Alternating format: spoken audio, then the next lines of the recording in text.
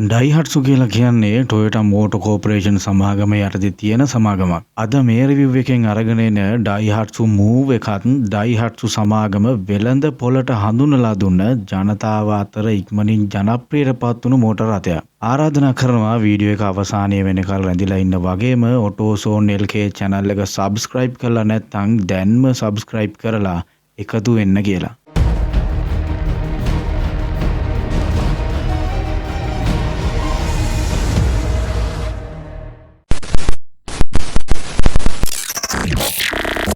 ඩයිහට්සු move කියලා කියන්නේ ජපාන් කේකා ගණයට අයත් වෙන මෝටර රථයක්. මූව් එක වෙළඳ පොළට හඳුන්වලා දෙන්න ප්‍රධානම හේතුව විදිහට සුසුකි වැගන්ආර් එකත් එක්ක තරණකකාරී වෙළඳ පොළක් නිර්මාණය කිරීමට ඩයිහට්සු සමාගම උත්සාහ කරලා තියෙනවා. ශ්‍රී ලංකාව වගේ රටවල ඒකේ තරම් සාර්ථකත්වයක් නැති වුණත් යම් රටවල් වල ඩයිහට්සු මූව් එක වාර්තාගත අලවියක් වාර්තා කරලා තියෙනවා. මූව් එකේ ඉදිරිපස ඇග්‍රෙසිව් වගේම ස්පෝර්ටි ලුක් එකක් තියෙනවා. මූව් එකට LED ප්‍රොජෙක්ටර් හෙඩ්ලයිට්ස් දෙකක් ලැබෙනවා. ඒ වගේම අලංකාර ක්‍රෝම් ග්‍රිල් එක නිසා වාහනේට අප්මාර්කට් ලුක් එකක් ඉන්ස්පයර් වෙලා තියෙනවා. LED ෆොග් ලයිට්ස් ලැබෙනවා. පිටිපස්සේ LED ටේල් ලයිට් ඩිසයින් එකක් තමයි තියෙන්නේ.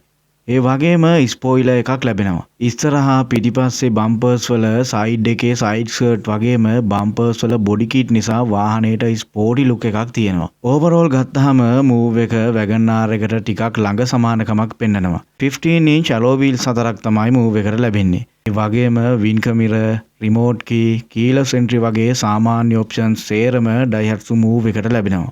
මූව් එකට සරල වගේම මොඩර්න් ඉන්ටීරියර් ඩිසයින් එකක් තමයි තියෙන්නේ. ඩෑෂ්බෝඩ් එකේ දොරවල් වල තියෙන silver colour parts, Chrome door හැන්ඩල්ස් වගේ දේවල් නිසා ප්‍රීමියම් ෆීල් එකක් තියෙනවා. ඉන්ටීරියර් එක මුළු මුනින්ම ප්ලාස්ටික් වලින් තමයි නිපදවලා තියෙන්නේ.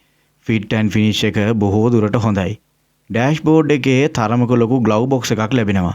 ඒත් එක්කම ග්ලව් බොක්ස් එකට උඩින් තවත් ඕපන් ක්ලෝස් කරන්න පුළුවන් ස්ටෝරේජ් කම්පාර්ට්මන්ට් එකක් තියෙනවා. ඒ වගේම තමයි ඩෑෂ්බෝඩ් එක මැද ස්ටෝරේජ් කම්පාර්ට්මන්ට් එකක් තියෙනවා. ඒකේ මොබයිල් ෆෝන් එකක් වගේ දෙයක් පහසුවෙන් තියාගෙන යන්න පුළුවන්. ඒ වගේම තමයි ඩ්‍රයිවර් සයිඩ් එකට කප් හෝල්ඩර් එකක් ලබා දීලා තියෙනවා. ඒ වගේම තමයි පැසෙන්ජර් සයිඩ් එකේත් ඕපන් ක්ලෝස් කරන්න පුළුවන් කප් හෝල්ඩර් එකක් තියෙනවා. සීට්ස් ගැන කියනවා නම් ෆැබ්‍රික් සීට්ස් තමයි ලැබෙන්නේ. ඉස්සරහා ඩ්‍රයිවර් පැසෙන්ජර් සීට්ස් දෙකම එකිනෙකට සම්බන්ධ වෙලා තියෙනවා. සීට්ස් දෙක මැද උස් පහත් කරන්න පුළුවන් ආම් රෙස්ට් එකක් ලැබෙනවා. ඒකෙත් ඕපන් ක්ලෝස් කරන්න පුළුවන් ස්ටෝරේජ් කම්පාර්ට්මන්ට් එකක් තියෙනවා. සීට්ස් වල තරම් අපහසුයක් දැනෙන්නේ නැහැ. ඉස්සරහා සීට්ස් රේල්ස් උඩ ඉස්සරහට පස්සට ගන්න පුළුවන් වගේම ඩ්‍රයිවර් සීට් එකේ හයිට් ඇඩ්ජස්ට්මන්ට් එකක් ලැබෙනවා. පිටිපස්සේ සීට්ස් වල දෙදෙනෙකුට පහසුවෙන් ගමන් කරන්න පුළුවන්. නමුත් ටිකක් උස මහත කෙනෙකුට නම් පැක් වෙලා වගේ ෆීල් එකක් දැනෙනවා. ඉස්සරහා පිටිපස්ස සීට්ස් වල ලෙග් ස්පේස් එක, හෙඩ් රූම් එක ඉතා හොඳයි. ඉස්සරහා සීට්ස් පස්සට කරාම පිටිපස්සේ ලෙග් ස්පේස් එක තරමක මදි ගතියක් තියෙනවා. පිටිපස්සේ සීට්ස් උත් වැගන්ආර් එකේ වගේ රේල්ස් උඩ ඉස්සරහට පස්සට ගන්න පුළුවන්. තවත් විශේෂ කාරණාවක් වෙන්නේ ඉස්සරහා පැසෙන්ජර් සීට් එක යට වැගන්ආර් එකේ වගේම අන්ඩර් සීට් බකට් එකක් ලැබෙනවා. ඉස්සරහා පස්ස දොරවල් හතරෙම ඩෝබින් වගේම ලොකු බොටල් හෝල්ඩර්ස් ලැබෙනවා. මීටර් කොන්සෝල් එක විදිහට ඉතා පැහැදිලි ඇනලොග් ස්පීඩෝමීටර් එකක්, ටැකෝමීටර් එකක් තියෙනවා. ඒ වගේම මීටර්ස් වල තියෙන ඩිසයින් එක නිසා ඩ්‍රයිවර්ට ස්පෝර්ටි ෆීල් එකක් දැනෙනවා. මැද තියෙන LCD ඩිස්ප්ලේ එකේ ට්‍රිප් මීටර්ස්, ගියර් පොසිෂන් එක, ඇවරේජ් ෆුවල් කන්සම්ප්ෂන් එක, මේ වෙලාවේ ෆුවල් කන්සම්ප්ෂන් එක, උෂ්ණත්වය වගේ දේවල් ඉන්ඩිකේට් කරනවා. ඒ වගේම මූව් එකට මල්ටි ෆන්ක්ෂන් ස්ටියරින් වීල් එකක් තියෙනවා. මේකේ ඕඩියෝ කොන්ට්‍රෝල්ස් වගේම මීටර් කොන්සෝල් එකට අවශ්‍ය දේවල් බලා ගන්න පුළුවන් කොන්ට්‍රෝල් බටන්ස් ලැබිලා තියෙනවා. මූව් එකට factory fitted touch screen එන්ෆෝටේන්මන්ට් system එකක් තමයි ලැබෙන්නේ. සෙන්ටර් කොන්සෝල් එක ගැන කියනවා නම් මූව් එකේ ඩෑෂ්බෝඩ් එකේ AC කන්ට්‍රෝල් පැනල් එක වැගන්ආර් 44S මාදිලිය ඩිසයින් එකට බොහෝ දුරට සමානයි. මූව් එකට ලැබෙන්නේ single zone climate control AC system එකක්.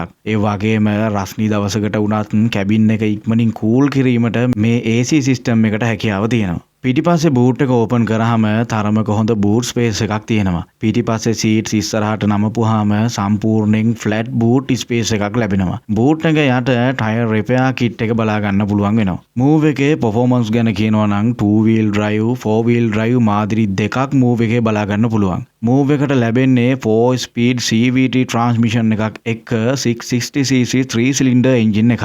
මේකට PS 52ක බලයක් වගේම නිව්ටන් මීටර 60ක ටෝක් එකක් නිපදවීමට හැකියාව තියෙනවා. Move එකට ලීටරයට කිලෝමීටර් 20ත් 27ත් අතර ඉන්ධන කාර්යක්ෂමතාවයක් තියෙනවා.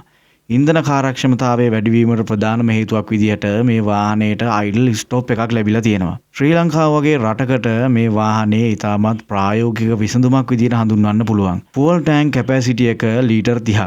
Move එකට auto brake, auto beam headlights, traction control, lane departure warnings වගේ driver assist options සේරම ලැබෙනවා. ඒ වගේම තමයි power shutter, power mirror, central lock වගේ සාමාන්‍ය options සේරමත් Move එකට ලැබෙනවා. සේෆ්ටි එක ගැන කියනවා නම් ABS, EBD, driver passenger airbags, ISOFIX child seats mount වගේ options ලැබෙනවා. ඒ වගේම තමයි Daihatsu Move එකේ rebadge versions විදිහට Subaru Stella, Nissan Daze වගේ වාහන හඳුන්වලා දීලා තියෙනවා. Move එකේ rebadge version එකක් වෙච්ච Subaru Stella එක 2023 මැද භාගයේ ඉඳලා නිෂ්පාදනය මුළු මුනින්ම නතර කරලා තියෙනවා. Move එක පවුලේ වාහනයක් විදිහට ඉතාමත් ප්‍රායෝගික වාහනයක්. වැගන්ආර් එකත් එක්ක සංසන්දනය කරනකොට ඔප්ෂන්ස් වල යම් වෙනස්කම් තිබුණත් මිල අතර ලොකු පරතරයක් තියෙනවා. Daihatsu Move එක non turbo 2023 වාදිලියක් සාමාන්‍යයෙන් ලක්ෂ 70වත් 75ත් අතර මුදලකට මිලදී ගැනීමේ හැකියාව තියෙනවා. ඉතින් ඔයාලට Daihatsu Move එක ගැන හොඳ අවබෝධයක් ලැබෙන්න ඇති කියලා හිතනවා. තවත් මේ වගේ රිවිව් එකකින් හම් වෙන බලාපොරොත්තු වෙන්න අදට සමුගන්නවා. ඔබට ආයුෂ බොහෝ වේවා. සුබ දවසක්.